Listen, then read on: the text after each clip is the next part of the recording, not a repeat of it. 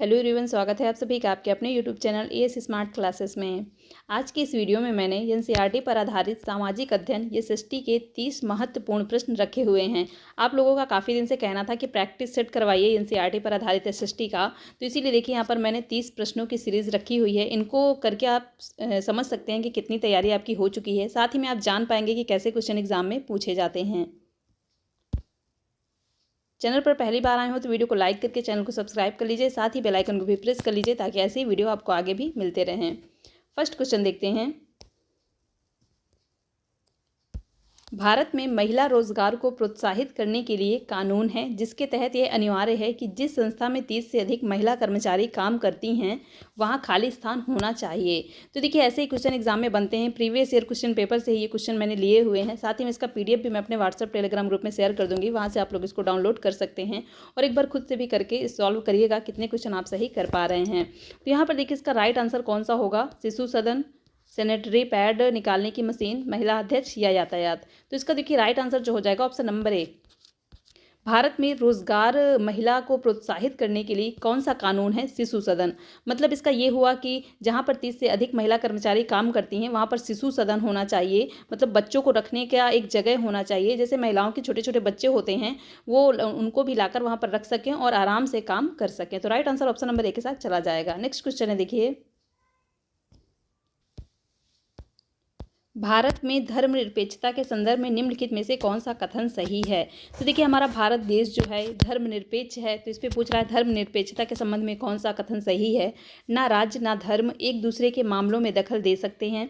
भारतीय राज्य को धर्म से एक सैद्धांतिक दूरी बनाकर रखना चाहिए। राज्य समुदायों के निजी पर्सनल कानूनों में हस्तक्षेप नहीं कर सकता है। राज्य द्वारा प्रयास किया जाना चाहिए कि एक धार्मिक समुदाय दूसरे धार्मिक समुदाय पर प्रभुत्व स्थापित ना करें। तो यहाँ पर देखिए ऑप्शन ऐसे दिए हुए हैं कि ए बी और बी सी बी डी और ए डी। तो इसमें से आपको चूज करना है कि कौन सा सही होगा। सबसे पहले तो जान लीजिए कि धर्मनिरपेक्षता का मतलब क्या होता है। भारत में धर्मनिरपेक्षता का मतलब ये होता है कि किसी भी धर्म विशेष को खास महत्व नहीं दिया जाएगा। मतलब सभी धर्मों को समान रूप से माना जाएगा। साथ ही में जिसकी जो इच्छा होगी, जो व्यक्ति जो धार्मिक धर्म स्वीकार करना चाहता हो उसको स्वतंत्रता होगी, उसकी धार्मिक स्वतंत्रता कोई नहीं छीनेगा। मतलब वो खुद से उसकी स्वेच्छा से वो जिस धर्म को स्वीकार करना चाहता हो स्वीकार कर सकता है। किसी भी धर्म को विशेष दर्जा नहीं दिया जाएगा, सभी धर्म समान रूप से माने जाएंगे। धर्मनिरपेक्षता का मतलब ये होता है। यहाँ पर देखिए ऑप्शन नंबर फर्स्ट कह रहा है ना राज्य ना धर्म एक दूसरे के मामलों में दखल दे सकते हैं। तो देखिए ये नहीं होगा, क्योंकि इसमें धार्मिक स्वतंत्रता की बात है कि सभी को धार्मिक स्वतंत्रता होगी, इसमें दखल देने वाली कोई बात ही नहीं है। भारतीय राज्य को धर्म से एक सैद्धांतिक दूरी बनाकर रखना चाहिए, बिल्कुल सही बात है। धर्म से ऐसा नहीं है कि कोई भी धार्मिक चीज़ें आप मानो, सभी से दूरी बनाकर रखो, सभी धर्म को समान मानना चाहिए, ऐसा भारतीय राज्यों को निर्देश दिया गया है। तो ऑप्शन नंबर बी देखिए आपका राइट हो जाएगा। सी देखेंगे, राज्य समुदाय के निजी पर्सनल कानूनों में हस्तक्षेप नहीं कर सकता है। तो देखिए ये भी नहीं होगा। जो कानून हस्तक्षेप वाले कार्य होंगे उन पर बिल्कुल हस्तक्षेप कर सकता है। डी की बात करें तो राज्य द्वारा प्रयास किया जाना चाहिए कि एक धार्मिक समुदाय दूसरे धार्मिक समुदाय पर प्रभुत्व स्थापित ना करे। तो ये भी देखिए बिल्कुल सही बात है, राज्य का यह प्रयास करना है। साथ ही में धार्मिक निरपेक्षता का मतलब यही है कि किसी भी धार्मिक समुदाय को ज़्यादा महत्व ना दिया जाए। किसी भी धार्मिक समुदाय ऐसा ना हो कि कोई दूसरा समुदाय उस पर प्रभुत्व स्थापित कर ले, उससे ज़्यादा बड़ा बन जाए। तो इसका देखिए राइट आंसर होगा बी एंड डी। देखिए किस ऑप्शन में है, ऑप्शन नंबर सी यहाँ पर राइट आंसर हो जाएगा। नेक्स्ट क्वेश्चन है, अटलांटिक महासागर के संदर्भ में नीचे दिए गए कथनों में से कौन सा सही है? महासागर मैंने आपको पढ़ाए थे, यहाँ पर अटलांटिक महासागर से संबंधित क्वेश्चन है। ये विश्व का सबसे बड़ा महासागर है।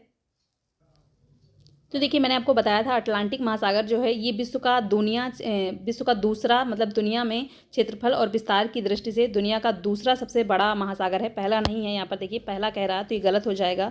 ऑप्शन नंबर बी है, ये लगभग वृत्ताकार है और एशिया, ऑस्ट्रेलिया और उत्तर एवं दक्षिण अमेरिका इसके चारों ओर स्थित हैं। तो देखिए सभी महासागरों के अलग अलग मैंने आकार बताए थे। अटलांटिक महासागर का जो आकार है वृत्ताकार नहीं बल्कि यस के आकार का है, ये भी आपका नहीं होगा। नेक्स्ट देखिए इसकी तटरेखा बहुत अधिक तंद्रित एवं अनियमित है। नेक्स्ट है मेरियाना गर्त इस महासागर में स्थित है। तो मेरियाना गर्त की बात करें तो ये देखिए मेरियाना गर्त भी इस महासागर में नहीं है। मेरियाना विश्व का सबसे गहरा गर्त है, ये प्रशांत महासागर में स्थित है, अटलांटिक महासागर में नहीं। तो ये भी देखिए नहीं होगा। इसका राइट आंसर हो जाएगा ऑप्शन नंबर सी। अटलांटिक महासागर जो है इसकी तटरेखा बहुत अधिक तंद्रित और अनियमित है। साथ ही में 2 पॉइंट इससे संबंधित और याद कर लीजिएगा कि अटलांटिक रेखा का आकार कैसा है, तो यस आकार का है। साथ ही में इसकी तटरेखा बहुत ही अधिक तंद्रित और अनियमित है। नेक्स्ट क्वेश्चन, रोजा पार्क द्वारा बस में अपनी सीट देने से मना करना संयुक्त राष्ट्र अमेरिका में किस आंदोलन का शुरुआती बिंदु बना? यहाँ पर देखिए रोजा पार्क से संबंधित एक पूरी कहानी है। ये बस पर बैठे थे और एक मतलब श्वेत व्यक्ति जैसे जो गोरे लोग होते हैं उनको बैठना अलाउ था, साथ ही में जो काले लोग हों वो खड़े रहें। तो इसी से संबंधित ये कहानी है कि इन्होंने सीट छोड़ने से इनकार कर दिया था एक श्वेत व्यक्ति के लिए, तभी से आंदोलन की शुरुआत हुई। किस आंदोलन की शुरुआत हुई? जेंडर अधिकार आंदोलन, सार्वजनिक स्थलों में प्रवेश की समानता का आंदोलन, नागरिक अधिकार आंदोलन, श्वेत महिलाओं के लिए न्याय आंदोलन। तो देखिए रोजा पार्क ये लेडीज़ थी, इनके द्वारा मतलब किस आंदोलन की शुरुआत हुई थी? तो नागरिक अधिकार आंदोलन की शुरुआत हुई थी। नेक्स्ट क्वेश्चन है,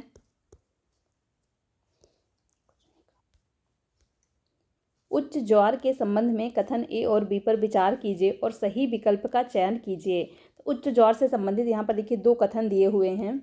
ये जल स्तर को तट की ऊंचाई तक पहुंचाते हैं जो जहाज को बंदरगाह तक पहुंचाने में सहायता करते हैं। दूसरा कथन है ये मछुआरों के लिए समस्या करते हैं क्योंकि मछलियां उच्च ज्वार में तट से दूर चली जाती हैं। तो देखिए उच्च ज्वार जो होते हैं ये जल स्तर को तट की ऊंचाई तक पहुंचाते हैं जो जहाज को बंदरगाह तक पहुंचाने में सहायता करते हैं। बिल्कुल सही बात है। लेकिन देखिए ऑप्शन नंबर बी की बात करें तो ये सही नहीं होगा, क्योंकि मछुआरों के लिए समस्या नहीं करते हैं बल्कि उनके हक में होते हैं। ये जो मछलियाँ होती हैं इस ज्वार के बाद तट पर आ जाती हैं, जिससे मछुआरे आराम से मछलियों को पकड़ सकते हैं। तो ऑप्शन नंबर बी आपका सही नहीं होगा, ऑप्शन नंबर ए सही होगा। तो देखिए किस ऑप्शन में है, ए सही है और बी गलत है। Right answer option number C के साथ चला जाएगा। नेक्स्ट क्वेश्चन है, वायु दाब के संदर्भ में नीचे दिए गए कथनों में से कौन सा कथन सही है? ऑप्शन नंबर ए कह रहा है वायु सदैव निम्न दाब क्षेत्र से उच्च दाब क्षेत्र की ओर गमन करती है। नेक्स्ट पॉइंट है, जब अधिक तापमान वाले क्षेत्र में वायु गर्म होकर निमज्जित होती है तो उच्च दाब क्षेत्र बनता है। तो देखिए उच्च दाब क्षेत्र नहीं बनता बल्कि निम्न दाब क्षेत्र बनता है। नेक्स्ट देखिए, निम्न दाब क्षेत्र तब बनता है जब कम तापमान वाले क्षेत्र में वायु ठंडी होकर ऊपर उठती है। तो निम्न दाब क्षेत्र कब बनता है? जब वायु गर्म होकर ऊपर उठती है, ठंडी होकर ऊपर नहीं उठती, गर्म होकर ऊपर उठती जाती है और ठंडी वायु उसका स्थान लेती जाती है। तो ये भी देखिए नहीं होगा। ऑप्शन नंबर डी, निम्न दाब बादल युक्त आकाश एवं नम मौसम के साथ जुड़ा है और उच्च दाब स्पष्ट और स्वच्छ आकाश के साथ जुड़ा है। इसका देखिए राइट आंसर हो जाएगा ऑप्शन नंबर डी, निम्न दाब बादल युक्त आकाश एवं नम मौसम के साथ जुड़ा है, जबकि उच्च दाब जो होता है स्पष्ट एवं स्वच्छ आकाश के साथ जुड़ा होता है। नेक्स्ट है, अमेजन बेसिन में पाए जाने वाले ब्रोमीलायड क्या होते हैं? बेसिन के लोगों का मुख्य आहार होते हैं, कीड़े मकोड़ों की एक प्रजाति होते हैं, पौधे जो अपनी पत्तियों में जल को संचित रखते हैं, घर जिनमें तीव्र ढलान वाली छतें होती हैं। ये जो ब्रोमीलायड होते हैं देखिए ये एक प्रकार के पौधे होते हैं और अमेजन बेसिन में पाए जाते हैं। ये करते क्या हैं? ये इनके पौधे अपनी पत्तियों में जल को संचित रखते हैं। तो right answer option number C के साथ यहाँ पर चला जाएगा। नेक्स्ट है, स्टैक निम्न में से किसकी अपर्दन विशेषता है? पवन की, हिमनद की, समुद्री तरंग की या नदी की? स्टैक की बात की जाए तो समुद्री तरंग के अपर्दन की विशेषता होती है। ऐसे तट जहां अपर्दन प्रमुख प्रक्रिया होती है तो कहाँ की ये होती है? स्टैक समुद्री तरंग की। नेक्स्ट क्वेश्चन है, सुनामी तरंगों के संबंध में कथन ए और बी पर विचार कीजिए और सही विकल्प का चयन कीजिए। कथन ए कह रहा है कि ज्वालामुखी उद्गार कभी सुनामी तरंगों को उत्पन्न नहीं कर सकता है। तो देखिए कथन ए ही आपका गलत कह रहा है, क्योंकि ज्वालामुखी उद्गार जो होते हैं सुनामी तरंगे इससे ये उत्पन्न करने का कारण होते हैं, और यहाँ पर कह रहा है कि नहीं होते हैं। ये सारी चीज़ें थ्योरी में मैंने आपको बताई थी। नेक्स्ट देखिए कह रहा है, सुनामी आने का प्रथम संकेत तटीय क्षेत्र से जल में तेजी से कमी आना और फिर विनाशकारी तरंगों का उठना होता है। तो ये देखिए बिल्कुल सही बात है। सुनामी आने से पहले जो वहाँ पे आसपास के लोग होते हैं वो लोग जान जाते हैं कि हाँ कुछ ऐसा यहाँ पर कुछ गड़बड़ होने वाला है। वहाँ के कुछ जानवरों का भी अजीब हरकतें होने लगती हैं, साथ ही में तटीय क्षेत्र से भी वो लोग जान जाते हैं कि यहाँ पर कुछ होने वाला है। तो यहाँ पर देखिए ऑप्शन नंबर ए आपका गलत होगा और साथ ही में बी सही होगा। Right answer option number B के साथ चला जाएगा। नेक्स्ट क्वेश्चन है, आधार पर वायुमंडल की परत को पहचानिए। दिए गए लक्षणों ए और बी के आधार पर वायुमंडलों की परत को पहचानिए। देखिए कुछ लक्षण दिए गए हैं ए और बी में। इस परत में बढ़ती ऊंचाई के साथ तापमान अत्यधिक तीव्रता से बढ़ता है।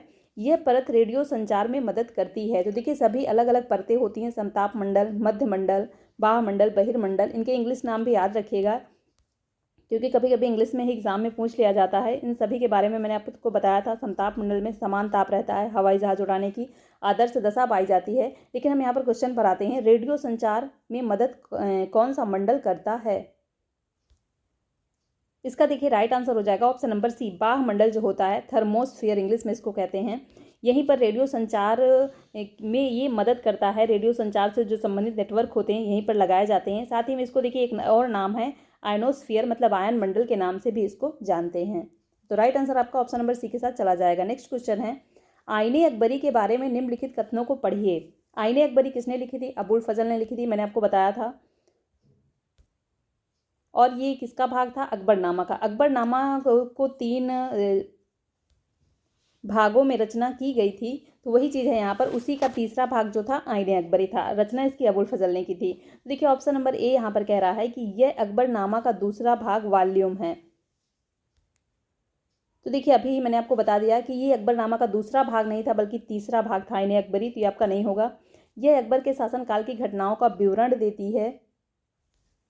तो देखिए ये अकबर के शासनकाल की घटनाओं का नहीं बल्कि उस समय के लोगों की परंपराओं और संस्कृतियों का विवरण देती है, ये भी आपका नहीं होगा। नेक्स्ट देखिए कह रहा है ये लोगों की परंपराओं और संस्कृति का विवरण देती है, तो वही चीज़ है जो मैंने अभी आपको ऊपर बताया, बिल्कुल सही बात है। ये बहुत सारी चीज़ों का सांख्यिकी विवरण देती है, ये भी देखिए बिल्कुल सही बात है। मैंने आपको अभी कल ही बताया था, ये अकबरनामा से संबंधित सांख्यिकी विवरण देती है, बहुत ही अच्छी बात है। सी और डी इसका राइट आंसर हो जाएगा। देखिए किस ऑप्शन में है, सी और डी राइट आंसर हो जाएगा option number C. Next question है, निम्नलिखित में से कौन सा कथन सही है? ऑप्शन नंबर ए कह रहा है खनिज बिना किसी मानवीय हस्तक्षेप के प्राकृतिक प्रक्रियाओं द्वारा निर्मित होते हैं। बिल्कुल सही बात है। देखिए खनिज जो होते हैं प्राकृतिक प्रक्रियाओं द्वारा निर्मित होते हैं। ऑप्शन नंबर बी क्या कह रहा है, अभ्रक और क्रोमाइट अलौह खनिज हैं। तो देखिए अभ्रक जो होता है ये तो अलौह खनिज होता है, इसमें लोहा नहीं पाया जाता, लेकिन जो क्रोमाइट होता है इसमें लोहा पाया जाता है, तो इसको लौह खनिज माना जाता है, तो ये आपका नहीं होगा। सी कह रहा है जो खनिज कम गहराई में स्थित होते हैं उन्हें विवृत खनिज द्वारा निकाला जाता है, ये भी देखिए सही बात है। नेक्स्ट ऑप्शन है खनिज अनवीकरण संसाधन है, ये भी देखिए सही बात है। नवीकरण अनवीकरण मैंने आपको बताया था। तो यहाँ पर देखिए आपका राइट आंसर हो जाएगा ए, सी और डी। देखिए किस ऑप्शन में है, ए, सी और डी। ऑप्शन नंबर डी यहाँ पर आपका राइट आंसर हो जाएगा। नेक्स्ट क्वेश्चन है, अटलांटिक महासागर के संदर्भ में नीचे दिए गए कथनों में से कौन सा सही है? वही क्वेश्चन देखिए यहाँ पर रिपीट हो गया है। ये विश्व का सबसे बड़ा महासागर है? नहीं है, क्योंकि दूसरे नंबर का महासागर है। वृत्ताकार है? तो देखिए वृत्ताकार नहीं बल्कि इसका आकार यस के आकार का है। इसकी तटरेखा बहुत अधिक तंद्रित एवं अनियमित है, सही बात है। मेरियाना गर्त इसमें नहीं है बल्कि प्रशांत महासागर में है, तो right answer option number C के साथ चला जाएगा। नेक्स्ट क्वेश्चन है, परंपरागत स्रोत के रूप में प्राकृतिक गैस का उपयोगी पक्ष क्या है? तो स्रोत मैंने आपको 2 बताए थे, परंपरागत और गैर परंपरागत। तो गैस का उपयोगी पक्ष क्या है? ये आसानी से पाइपलाइन के जरिए परिवहनीय है, मतलब एक जगह से दूसरी जगह भेजी जा सकती है। सही बात है। देखिए गैसों को पाइपलाइन के जरिए एक जगह से दूसरी जगह भेजा जाता है। ये तेल और कोयले को अपेक्षा अधिक स्वच्छ होती है, तो ये भी देखिए सही बात है। कोयले का यूज जो किया जाता है तेल का, उससे ज़्यादा ही स्वच्छ होती है। ऑप्शन नंबर सी की बात की जाए तो पूरी दुनिया में समान रूप से इसका वितरण है। तो देखिए समान रूप से इसका वितरण नहीं है, कुछ ही क्षेत्रों में पाई जाती है। जैसे भारत में बात करें तो ये प्राकृतिक गैस जो होती है कृष्णा गोदावरी डेल्टा में और मुंबई का जो तटीय क्षेत्र वाला होता है वहाँ पर ये पाई जाती है। सभी जगह इसका समान वितरण नहीं होता है, तो ए और बी यहाँ पर आपका राइट आंसर हो जाएगा option number B. Next question है, उपनिषद। उपनिषद से संबंधित यहाँ पर देखिए 3 पॉइंट दिए हुए हैं। अध्यापक और विद्यार्थियों के बीच बातचीत का संकलन है उपनिषद में। ये देखिए बिल्कुल सही बात है। पहले के टाइम में अध्यापक और विद्यार्थियों के बीच में जो बातचीत वार्तालाप होती थी उसी का संकलन इनमें किया गया है। सामान्य वार्तालाप के रूप में प्रस्तुत किए गए हैं, बिल्कुल सही बात है। सामान्य नॉर्मली रूप से जैसे बातचीत की जाती है वैसे ये प्रस्तुत हैं। विचार जिनमें आत्मा और सार्वभौमिक आत्मा का विवरण किया गया है, मतलब ऐसे विचार हैं जिसमें आत्मा और सार्वभौमिक आत्मा का विवरण किया गया है। तो यहाँ पर देखिए ये भी सही बात है। उपनिषद जो है इसमें सार्वभौमिक आत्मा का विवरण है, तो ऑप्शन नंबर ए, बी और सी तीनों ही यहाँ पर देखिए सही होंगे। कौन किस ऑप्शन में है? ऑप्शन नंबर डी यहाँ पर राइट आंसर हो जाएगा, ए, बी और सी। नेक्स्ट क्वेश्चन है, पुरुष और महिला कंकाल अवशेषों के अध्ययन और उनमें विभेद करने के लिए हमें ध्यान देना चाहिए। तो देखिए पुरुष और महिला के कंकाल सेम होते हैं, कुछ चीज़ें भिन्न होती हैं जो मैंने आपको थ्योरी में बताया था। पहने हुए आभूषण पर जो कि यह महिला को दर्शाता है। तो देखिए पहले के टाइम में राजा भी आभूषण पहनते थे और रानियां भी पहनती थी, तो इससे हम सही सही अंदाज़ा नहीं लगा सकते हैं। हड्डियों की संरचना पर, क्योंकि बड़े कूल्हे की हड्डी एक महिला को दर्शाती है। हड्डियों की संरचना पर, क्योंकि बड़े कूल्हे की हड्डी पुरुष को दर्शाता है। साथ में दफनाए गए हथियारों पर, क्योंकि ये पुरुष को दर्शाते हैं। तो देखिए कुछ औरतें भी थी जो हथियारों का यूज़ करती थी। यहाँ पर जो राइट आंसर हो जाएगा ऑप्शन नंबर बी, हड्डियों की संरचना, क्योंकि बड़े कूल्हे की जो हड्डी होती है वो एक महिला को दर्शाती है। तो right answer option number B के साथ चला जाएगा। नेक्स्ट क्वेश्चन है, अकबरनामा के अनुसार सूबेदार का कार्यभार था। सूबेदार जो होता है उसका क्या कार्यभार था? राजनैतिक और सैनिक कार्य, राजनैतिक और वित्तीय कार्य, केवल राजनैतिक कार्य, केवल धार्मिक कार्य। तो यहाँ पर देखिए अकबरनामा लिखी किसने थी? मैंने ऊपर भी आपको बताया अबुल फजल ने लिखी थी। और इस अकबरनामा में सूबेदार के लिए इन्होंने लिखा क्या था कि सूबेदार की जो नियुक्ति होती थी सम्राट द्वारा की जाती थी। साथ ही में जो सूबेदार होते थे ये सभी प्रकार के सैनिक, असैनिक कार्य, राजनैतिक दोनों तरह के कार्यों का संचालन करते थे। तो right answer option number A के साथ चला जाएगा। नेक्स्ट है, बंगाली एक क्षेत्रीय भाषा के रूप में विकसित होने के कारक हैं। वाणिज्यिक समझौते, राजनैतिक समझौते। ये जो बंगाली भाषा है देखिए इसका भी उदय संस्कृत की भाषा से ही हुआ है। अगर बात करें कि क्षेत्रीय भाषा के रूप में विकसित होने के कारक क्या हैं, तो वाणिज्यिक समझौते और राजनीतिक समझौते दोनों ही कारक हैं। क्योंकि तीसरी चौथी शताब्दी जब आई थी तो बंगाल और मगध के बीच में वाणिज्यिक संबंध स्थापित होने लगे थे, जिसके कारण ऐसा माना जाता है कि शायद संस्कृत का प्रभाव बढ़ता गया होगा और संस्कृत का ही बंगाली जो है संस्कृत का ही एक रूप है। तो यहाँ पर देखिए ए और बी दोनों आपका राइट आंसर होगा, option number C. Next question है, महाराष्ट्र के संत कवियों ने विरोध किया। किसका विरोध किया? सभी प्रकार के कर्मकांडों का, जन्म पर आधारित सामाजिक अंतरों का, परिवार के साथ रहने के विचार का। सही विकल्प का यहाँ पर आपको चुनाव करना है। तीनों में से कौन सा है जिसको महाराष्ट्र के संत कवियों ने विरोध किया था? देखिए 13वीं से 17वीं शताब्दी के बीच में महाराष्ट्र में अनेक संत कवि दिखे, जैसे ज्ञानेश्वर हो गए, नामदेव हो गए, तुकाराम हो गए, सखूबाई, ऐसे ही कुछ अनेक संत महाराष्ट्र में दिखे जिन्होंने किसका विरोध किया? यहाँ पर देखिए तो सभी प्रकार के कर्मकांडों का विरोध किया था, जन्म पर आधारित सामाजिक अंतरों पर का विरोध किया था, लेकिन परिवार के साथ रहने का विचार का उन्होंने विरोध नहीं किया था। तो ए और बी यहाँ पर आपका राइट आंसर हो जाएगा। देखिए किस ऑप्शन में है, ए और बी सही है। तो right answer option number A के साथ चला जाएगा। नेक्स्ट क्वेश्चन है, 19वीं सदी में कौन सा आदिवासी समूह मुख्यतः बकरियों का पालन करता था? पंजाब के पहाड़ों में रहने वाले वनगुज्जर, आंध्र प्रदेश के लबाड़िया, कश्मीर के बकरवाल, कुल्लू के गद्दी। तो देखिए 19वीं सदी के प्रारंभ में कश्मीर के बकरवाल जो थे ये लोग बकरियों का पालन करते थे। तो right answer option number C के साथ चला जाएगा।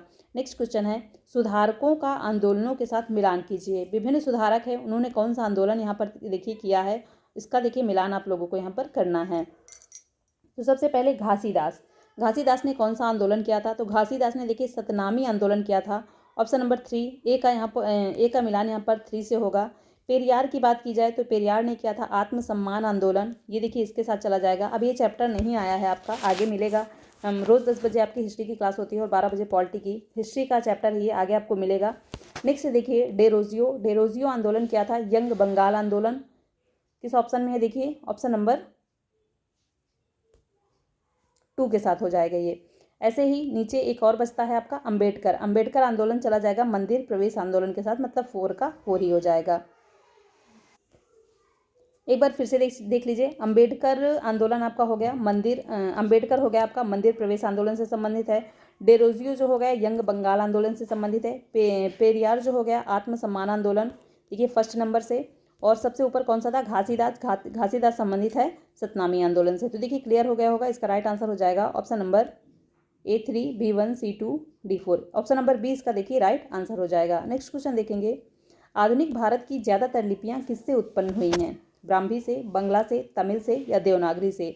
तो आधुनिक भारत की ज़्यादातर जो लिपियाँ हैं ब्राह्मी से उत्पन्न हुई हैं। इजी क्वेश्चन है, आप लोग आराम से इसका आंसर कर सकते हैं तुरंत। Option number A right answer हो जाएगा। नेक्स्ट क्वेश्चन है, भारत में पुरापाषाण युग के दौरान शुतुरमुर्ग होते थे। स्टेटमेंट है देखिए, ए स्टेटमेंट हो गया। दूसरा स्टेटमेंट क्या है? महाराष्ट्र में बड़ी मात्रा में शुतुरमुर्ग के अंडों के छिलके मिलते हैं जिन पर चित्रांकन मिलता है।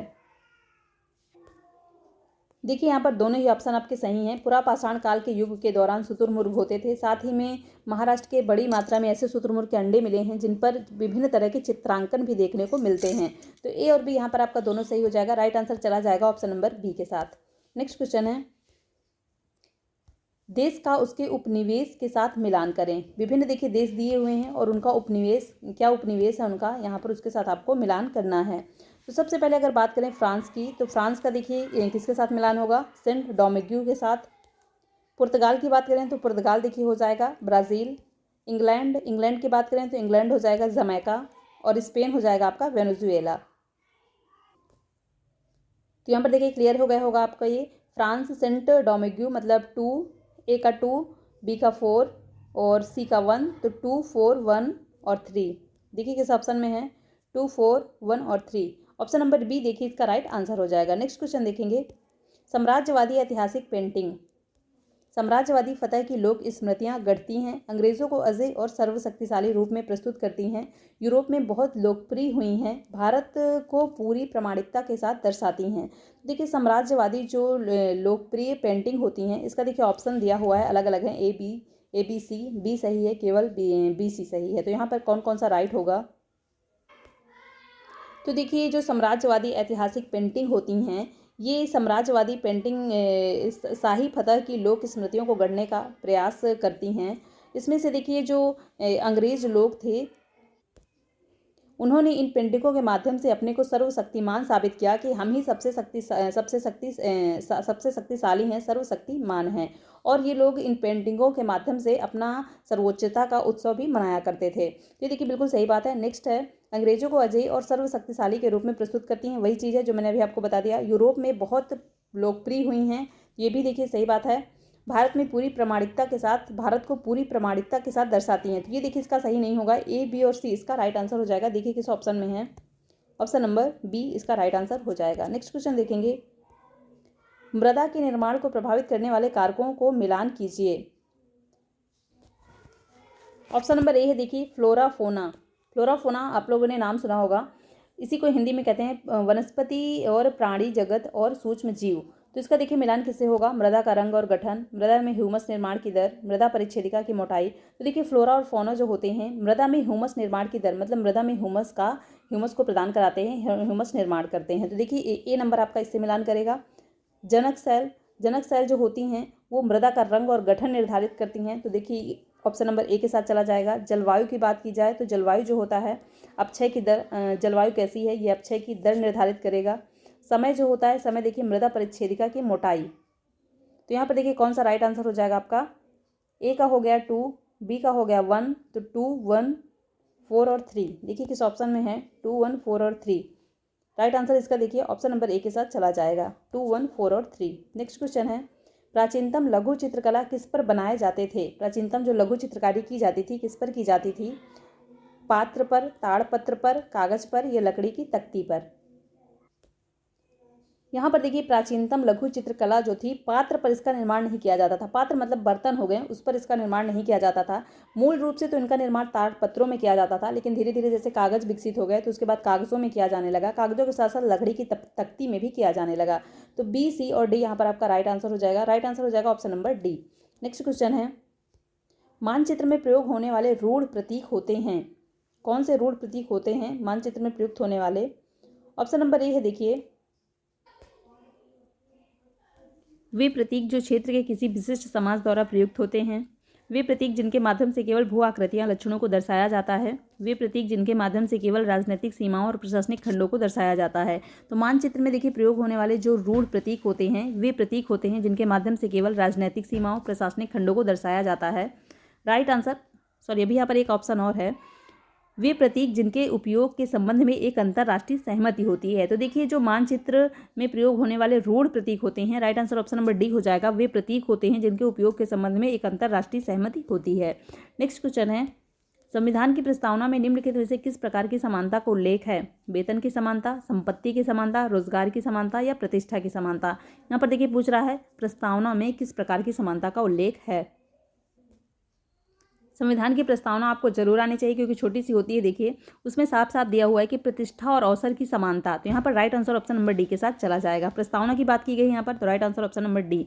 नेक्स्ट और लास्ट क्वेश्चन है देखिए, भारत के नगर निगम के संदर्भ में निम्नलिखित में से कौन सा कथन सही है। नगर निगम और ग्राम पंचायत मैंने आपको बताया था, वार्ड कमिश्नर आयुक्तों का पद निर्वाचित होता है। वार्ड काउंसलर पार्षद एक निर्वाचित सदस्य होता है।